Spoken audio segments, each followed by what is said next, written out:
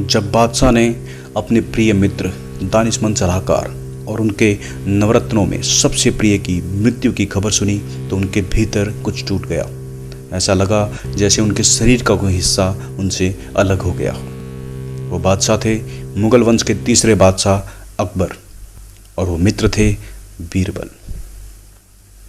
ये कहानी है बीरबल की। राजा बीरबल हाजिर जवाब, बुद्धिमान, लेखक और एक उच्च कोटि के कवि, जो मुगल बादशाह अकबर के नवरत्नों में सबसे अधिक प्रचलित थे। वो अपने बहुमूल्य सलाह के लिए जाने जाते थे और बीरबल का भी मुगल साम्राज्य के साथ एक घनिष्ठ संबंध था। बीरबल भारतीय इतिहास में उनकी चतुराई के लिए जाने जाते हैं और उन पर लिखित काफ़ी कहानियां भी हमें देखने को मिलती हैं, जिसमें बताया गया है कि कैसे बीरबल चतुराई से अकबर की मुश्किलों को हल करते थे और अपनी प्रतिभा के बल पर ही उन्होंने बादशाह अकबर के दरबार में नवरत्नों में स्थान प्राप्त किया था। अकबर के दरबार में उन्हें वीर वर का खिताब दिया गया था, जो बाद में जाकर बीरबल हो गया। बीरबल ने एक सीधे साधे गरीब परिवार से उठकर दिल्ली सल्तनत तक का सफर तय किया, जिनकी कहानी से हर युग की युवा पीढ़ी को बहुत कुछ सीखने को मिलता है कि अपनी बुद्धि और समझदारी के बल पर इंसान के लिए कुछ भी मुश्किल नहीं है।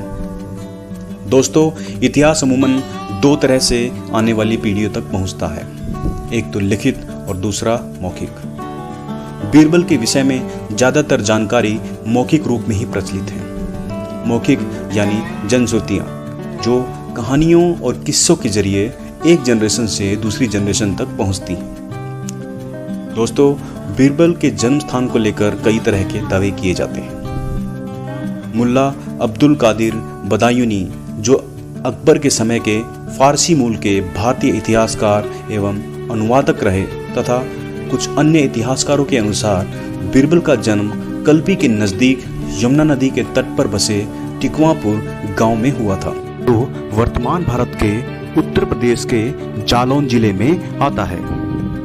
जबकि कुछ अन्य इतिहासकारों और जनश्रुतियों के अनुसार बीरबल का जन्म मध्य प्रदेश के सीधी जिले के घोघरा गांव में हुआ था, जो सीधी जिले में सोन नदी के पास बसा हुआ है। उनके जन्म के वर्ष और परिवार को लेकर भी कुछ मतभेद हैं, पर अधिकतर इतिहासकारों के अनुसार बीरबल का जन्म 1528 में एक ब्राह्मण परिवार में हुआ था। कहते हैं कि उनका एक जुड़वा भाई भी था, जिनका नाम रघुवर था। उनके पिता का नाम गंगादास और माता का नाम अनभा देवी था।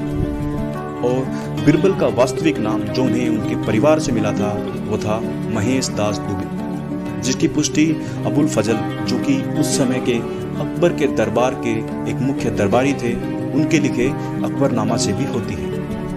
अकबरनामा में ही बीरबल के पुत्रों का भी उल्लेख मिलता है। उनके एक पुत्र का नाम लाला था और दूसरे का नाम हरम राय। कहा जाता है कि बीरबल का विवाह कल्पी के एक प्रतिष्ठित ब्राह्मण परिवार में हुआ था। जनश्रुतियों के अनुसार बीरबल की एक पुत्री भी थी, जिनका नाम कमला था। वो बहुत ही चतुर और बुद्धिशालिनी थी और बहुत सी समस्याओं में बीरबल की सहायता करती थी। दोस्तों, बीरबल बचपन से ही बड़े तेजस्वी बालक थे। उन्होंने हिंदी, संस्कृत और पर्शियन भाषा में शिक्षा प्राप्त की थी। इसके अलावा उनकी शिक्षा संगीत में भी हुई थी। बहुत कम लोगों को पता होगा कि बीरबल एक कुशल कवि थे। वे ब्रह्मा उपनाम से अपनी कविताएं लिखते थे। उनकी ज्यादातर कविताएं ब्रिज भाषा में ही होती थी। इन्हीं कविताओं से उन्हें काफी प्रसिद्धि मिली थी और कहते हैं यही वजह थी कि पहले वे जयपुर के महाराज के दरबार में और बाद में रीवा के महाराज के दरबार में बतौर राजकवि रखे गए थे। अकबर और बीरबल के मिलने के बहुत सारे किस्से और कहानियां प्रचलित हैं, पर कुछ जनश्रुतियों के अनुसार ऐसे ही किसी सूबे के दरबार के माध्यम से बीरबल का अकबर से मिलना हुआ था। अकबरी दरबार में प्रवेश के कुछ समय बाद ही बीरबल शीघ्र ही अपनी चतुराई और बुद्धि से अकबर के प्रिय दरबारी बन गए। 1556 से 1562 तक अकबर ने बीरबल को उनके दरबार में कवि के रूप में नियुक्त किया और अपने दरबार में हिंदी कवियों में श्रेष्ठ जानकर ही अकबर ने उन्हें कविवर की उपाधि भी दी थी। अकबर के बीरबल की योग्यता से प्रभावित होकर उन्हें पंजाब नगर के पास जागीर भी दी और उन्हें अमीरों में दाखिल किया और बाद में जाकर उन्हें राजा का खिताब भी दिया। लाहौर के मिर्जा इब्राहिम के भाई मसूद को पकड़ लाने के उपलक्ष्य में अकबर ने उन्हें मुसाहिब दानिशर मतलब बुद्धिमान मंत्री की उपाधि भी दी थी। अकबर के कार्यकाल के 70वें वर्ष में बीरबल अन्य मंत्रियों के साथ हाकिम मिर्जा के आक्रमण के विरोध में पंजाब गए थे और 18वें वर्ष में वे अकबर के साथ गुजरात के मोर्चे पर भी गए थे। दोस्तों, बीरबल बहुत ही न्यायप्रिय व्यक्ति थे, इसीलिए उन्हें अकबरी दरबार में न्यायाधीश के पद पर भी नियुक्त किया गया था। इस प्रकार राजा बीरबल ने अपनी प्रतिभा द्वारा दिन प्रतिदिन उन्नति की। वो 2000 से 5000 पद पर पहुंच गए, जो किसी भी साधारण व्यक्ति के लिए बहुत ही मुश्किल था। दरबार में उनका यह मान उनके व्यक्तित्व के अनुरूप ही था। बादशाह अकबर के प्रशासन में बीरबल मुगल दरबार के प्रमुख वजीर भी थे और राज दरबार में उनका बहुत प्रभाव था। अकबर उन्हें कभी अपने से अलग नहीं करते थे। फतेहपुर सिकरी, जहां अकबर का दीवाने खास था, उन्होंने राजा बीरबल के लिए वहां एक सुंदर भवन बनवाया था और उनके अलावा किसी अन्य दरबारी का वहां भवन नहीं था। आज भी बीरबल का भवन अकबर बीरबल की प्रगाढ़ मैत्री का सबूत है। कभी आप फतेहपुर सिकरी जाइए तो इसे देखिएगा जरूर। केवल बीरबल ही एक ऐसे हिंदू थे जिन्होंने अकबर के नवीन धर्म दीन इलाही का सदस्य बनकर इस प्रकार के धार्मिक विश्वास में प्रोत्साहन दिया था। उनका ये सहयोग अकबर से उनकी अटूट मैत्री और लगाव को दिखाता है। दोस्तों, बीरबल की मृत्यु एक बहुत ही दुखद घटना थी। बीरबल का अधिकांश समय दरबार में ही बीतता था, इसीलिए वो युद्ध के षड्यंत्रों से पूरी तरह परिचित नहीं थे। बीरबल सेनानायक के रूप में अफगानिस्तान की लड़ाई में मारे गए और कहा जाता है उनकी मृत्यु भी ऋषालु विरोधियों का परिणाम थी।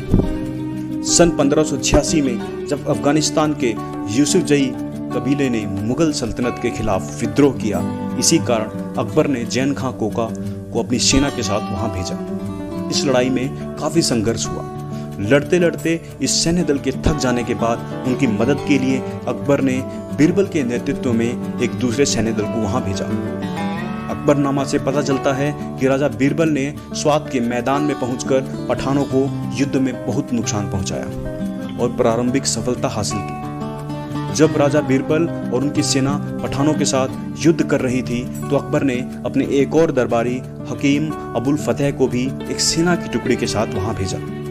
कहा जाता है जैन खां कोका, हकीम अबुल फतेह और बीरबल में युद्ध नीति को लेकर काफी मतभेद थे, जिसकी वजह से जैन खां और हकीम अबुल फतेह ने बीरबल का साथ छोड़ दिया।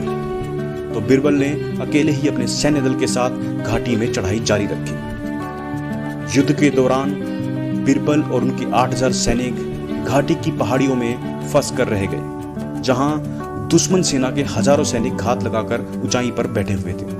उन्होंने अचानक उन पर हमला कर दिया और बीरबल और उनके सैनिकों को जान बचाने का भी मौका नहीं मिला। दुश्मन सैनिक आसमान से पत्थर और गोले फेंकते रहे और इस हमले में बीरबल और उनकी पूरी सेना की मौत हो गई। बीरबल के अंतिम संस्कार के लिए उनका शव तक नहीं मिला। जब अकबर को बीरबल की मृत्यु की खबर मिली तो उन्हें बहुत गहरा आघात पहुंचा। उन्होंने 2 दिन तक भोजन ग्रहण नहीं किया। उनका दुख उस फरमान में झलकता है जो उन्होंने खाने खाना मिर्जा अब्दुल रहीम को उनके शोक पर लिखा था और जो अबुल फजल के ग्रंथ में भी दिया हुआ है। उसका हिंदी अनुवाद है कि शोक सहस्त्र शोक, कि इस शराब खाने की शराब में दुख मिला हुआ है। इस मीठे संसार की मिश्री हलाहल से मिश्रित है। संसार मृग तृष्णा के समान प्यासों से कपट करता है और पड़ाव गड्ढों और टीलों से भरा है।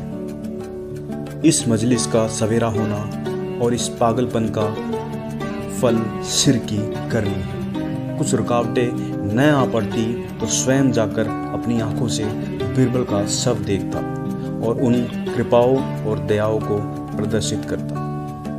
दोस्तों, कहते हैं कि बीरबल की 37वीं पीढ़ी के सदस्य आज भी मध्य प्रदेश के सीधी जिले के घोघरा गांव में रहते हैं। दोस्तों, भारतीय इतिहास में जनश्रुतियों का एक अलग ही महत्व है। जब बातें एक जनरेशन से दूसरी जनरेशन तक पहुंचती हैं तो उसमें कुछ किस्से जुड़ जाते हैं और कुछ बातें पीछे छूट जाती हैं। पर कमोवेश ये किस्से और कहानियां हमारे अतीत का एक अहम हिस्सा होती हैं। बीरबल की कहानियों का कोई सबूत हमें इतिहास में नहीं दिखता है। अकबर के साम्राज्य के अंत में स्थानीय लोगों ने अकबर बीरबल की प्रेरक और प्रासंगिक कहानियां बनानी शुरू की। अकबर बीरबल की ये कहानियां फिर धीरे धीरे पूरे भारत में प्रसिद्ध हो गई। अब कहानियों का सच चाहे जो भी, बीरबल का चरित्र एक बुद्धिमान और चतुर मंत्री के रूप में हमारे दिलो दिमाग में बसा हुआ है, जो कि किस्सों और कहानियों के जरिए आने वाली पीढ़ियों तक भी पहुंचता रहेगा और उन्हें भी उनसे प्रेरणा मिलती रहेगी। धन्यवाद दोस्तों।